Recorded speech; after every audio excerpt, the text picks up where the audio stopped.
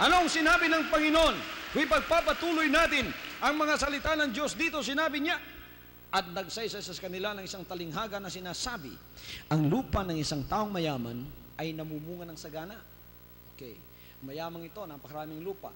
Hindi lang maraming lupa, marami pang bunga yung lupa niya at naging sagana.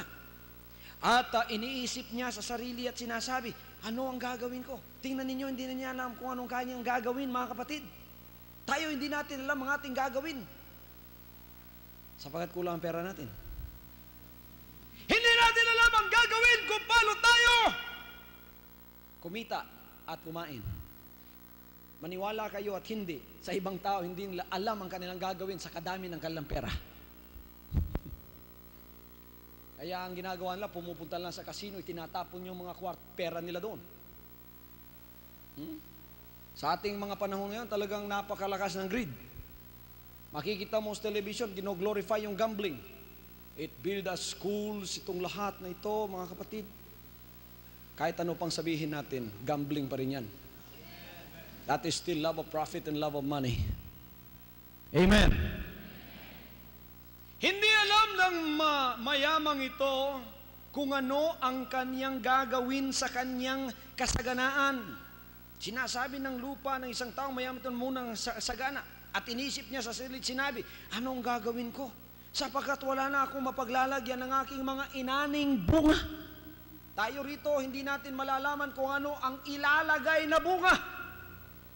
Yun namang mayamang ito, hindi naman niya alam kung saan ilalagay ang kanyang ganansya. Ang kanyang bunga, napakarami talaga. Mayaman talaga. Anong sinabi niya? At sinabi niya, aha, ito ang gagawin ko.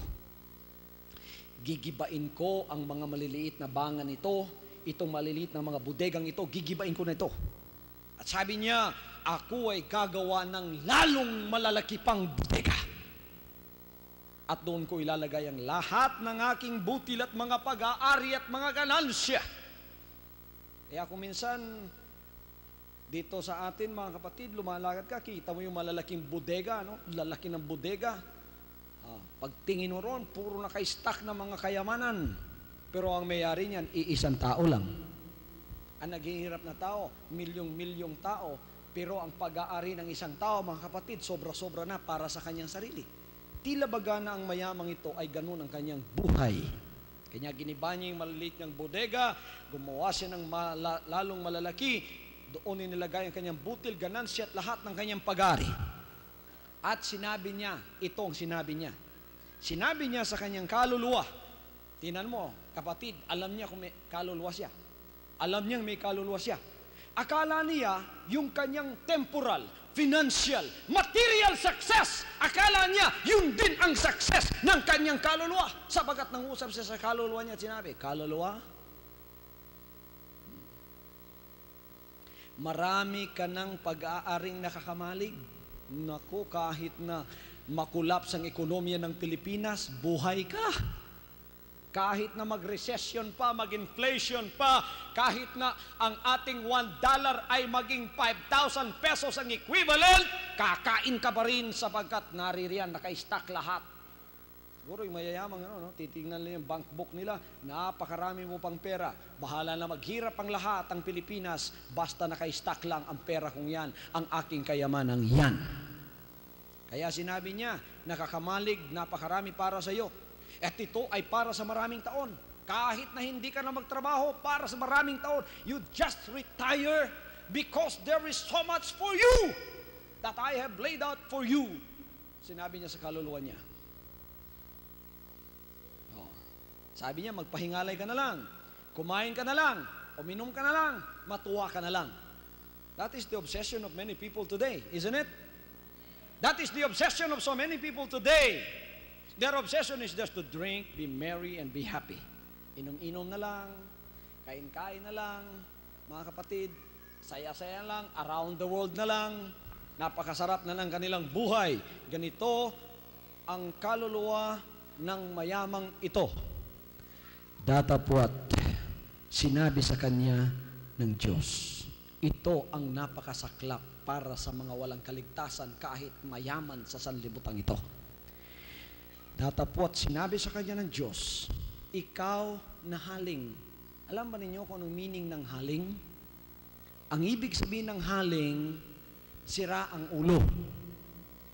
Ang ibig sabihin ng haling, luko-luko. Kaya sinabi ng Diyos sa kanya, ikaw na luko-luko. Hihingin sa iyo sa gabing ito ang iyong kaluluwa at ang mga bagay na inihanda mo ay mapapasa kanino kaya. Ito ay isang mensahe para sa lahat ng may kasaganaan sa mundong ito at ang kanilang kasaganaan at kayamanan ay siyang nagpawalay sa kanilang mentalidad na maghanap sa Diyos. At sila mga kapatid ay sumandal na lamang at sila mga kapatid ay nakasandal na lamang sa kanilang kayamanan na akala nila ay mabibili nila ang kaligtasan sa pamamagitan ng kanilang naipong kayamanan. Ito ay mensahe para sa lahat ng mga taong naghahanap ng kaligtasan ngunit nakaharang sa kanilang harapan ang kayamanan ng sanlibutan ito na kahit gaano tayo kayaman, bibili ang ating kaligtasan at kaligtasan ng ating kaluluwa. Alalahanin mo kahit sa iyo na ang buong sanlibutan, ngunit isang bagay pa rin ang hindi mo pag-aari. Hindi mo pa rin pag-aari ang iyong kaluluwa.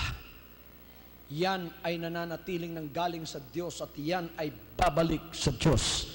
At hindi mo rin alam kung kailan ang iyong kamatayan.